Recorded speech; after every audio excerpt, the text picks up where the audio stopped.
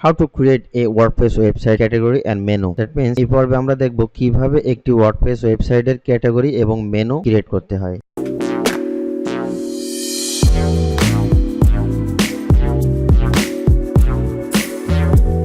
তো ক্যাটাগরি এবং মেনু ক্রিয়েটের জন্য সর্বপ্রথম আপনাকে আমাদের যে ওয়ার্ডপ্রেস ওয়েবসাইটটা আমরা ইনস্টল করেছিলাম, গত পর্বে দেখিয়েছিলাম, তো এই পর্বে আমরা ক্যাটাগরি এবং মেনু তৈরি করব। সেজন্য প্রথমে আমাদেরকে ডোমেইনে লগইন করতে হবে। তো আমরা ডোমেইনটাকে ব্রাউজারে পেস্ট করছি। আচ্ছা, আমরা প্রথমে দেখিয়ে নিচ্ছি যে আমাদের ডোমেইনের ইন্টারফেসটা।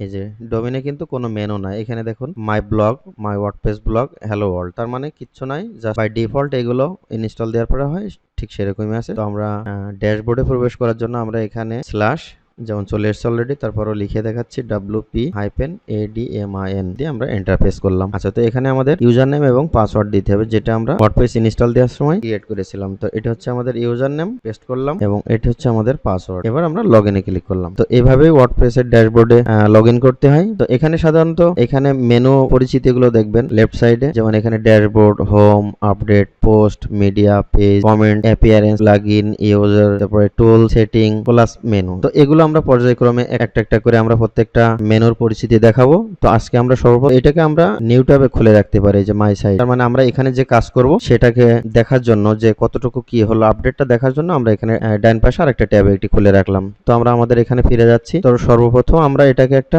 মেনু ক্রিয়েট করার মাধ্যমে আমরা এটা আউটলুক আমরা দেখতে চাই। তো সেজন্য আমরা এই যে পোস্টের এখানে মাউস নিয়ে আসলে হবে, ক্লিক করার প্রয়োজন নাই। পোস্টের পরে মাউস নিয়ে আসলে দেখবেন যে এখানে ক্যাটাগরি। আচ্ছা, এই ক্যাটাগরিতে ক্লিক করলে আমরা দেখতে পাবো যে এই যে এখানে হচ্ছে ব্ল্যাঙ্ক নেমের, এখানে আমরা যে কোনো যাই দিতে চাই না কেন এখানে দিয়ে এন্টার প্রেস করলে এখানে ক্যাটাগরি তৈরি হয়ে যাবে। তো এখানে সর্বপ্রথম বাই ডিফল্ট একটা থাকে আনক্যাটাগরাইজ। তো এটাকে আমরা প্রথমে চেঞ্জ করে নিচ্ছি। কুইক এডিটে ক্লিক করে আমরা সাপোজ এটাকে নেম দিতে যাচ্ছি নিউজ, NEWS। এটাকে উঠিয়ে দিয়ে জাস্ট আপডেট ক্যাটাগরি। এটা হচ্ছে বাই ডিফল্ট ক্যাটাগরি, এটা ডিলিট করা যায় না। এটাকে আপনারা মেন মেনু হিসেবে বা মেন ক্যাটাগরি হিসেবে চুজ করে নেবেন যে কোন নামটা আমি দিব। তো এখানে আমরা যে নেমই দিতে চাই, সাপোজ ইগুডস, তাহলে আমরা এখানে দিতে পারি এখন MOBILE, এন্টার, তারপরে LAPTOP, ল্যাপটপ, তারপরে ক্যামেরা। তো আমরা এই টোটাল তিনটা ক্রিয়েট করলাম, আর একটা বাই ডিফল্ট ছিল। আর এখানে যদি আমরা মনে করি যে এগুলো হচ্ছে কিন্তু সব প্যারেন্ট ক্যাটাগরি, এখন যদি মনে করি ল্যাপটপের আন্ডারেই কোনো চাইল্ড ক্যাটাগরি তৈরি হবে, যেরকম আপনারা দেখেন সাব মেনু। তো সাব মেনু যে শুধু প্যারেন্ট ক্যাটাগরির আন্ডারে দেওয়া যায় এরকম না, তবে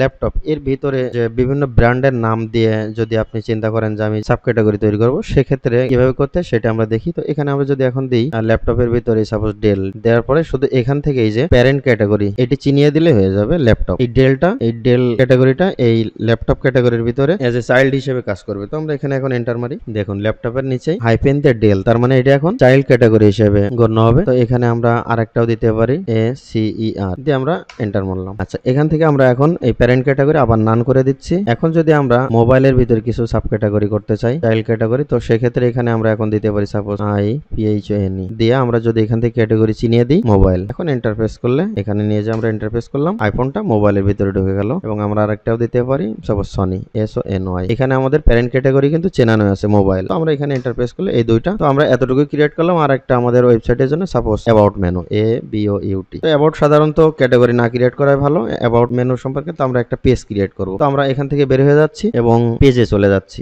এই যে পেজ, তো এখান থেকে অ্যাড নিউতে ক্লিক করলে নিউ পেজ ক্রিয়েট করতে পারবো। তো আমরা অ্যাড নিউতে ক্লিক করলাম। আচ্ছা, এই যে অ্যাড টাইটেল, এখানে আমরা একটা পেজ সাপোজ ABOUT, এবং এখানে আমরা আমাদের যা লেখার দরকার দিস ইজ অ্যাবাউট, সাপোজ আমাদের ডোমেনের নামের সম্পর্কে দু এক লাইন লিখে রাখি, EGGSINFO। আমরা এখানে এই যে পাবলিশে ক্লিক করলাম। তো এখন আমরা ক্যাটাগরি এবং একটা পেজ তৈরি করলাম। এবার আমরা দেখব কিভাবে আমরা মেনু তৈরি করতে পারি। তো মেনু তৈরি করার জন্য সাধারণত এই যে অ্যাপিয়ারেন্সে পরে মাউসটা নিয়ে আসলেই এখানে এই যে মেনু অপশনটা দেখতে পাবো। তো আমরা মেনুতে ক্লিক করছি। সর্বপ্রথম আউটলুক, একদম নিউ ওয়ার্ডপ্রেস ওয়েবসাইট সাধারণত এরকমই দেখা যায়, এখানে কিছুই থাকে না। এই যে মেনু নেম, তার মানে আমাদেরকে একটা মেনু নেম ক্রিয়েট করতে হবে। তো আমরা এখানে দিলাম সাপোজ মেনু দিয়ে আমরা এই যে ক্রিয়েটে ক্লিক করলাম। তো মেনু নামে আমাদের এই একটা আইটেম ক্রিয়েট হয়ে গেল। তো আমরা এবার এখান থেকে এই লেফট সাইডে দেখতে পাবেন এখানে আছে পেজ, তারপর আছে পোস্ট, তারপর আছে কাস্টম লিংক এবং ক্যাটাগরি। তো আমরা যে ক্যাটাগরি গুলো ক্রিয়েট করেছিলাম এই ক্যাটাগরি গুলো এর ভিতরে আছে ভিউ অল। এই যে সব কিন্তু এখন বোঝা যাচ্ছে যে কোনটা প্যারেন্ট ক্যাটাগরি আর কোনটা চাইল্ড ক্যাটাগরি। তো আমরা জাস্ট নিচে দেখবেন যে সিলেক্ট অল ক্লিক করে অ্যাড টু মেনু, এখানে ক্লিক করলে এখানে যোগ হয়ে গেল। তো এখন এইভাবে দিলে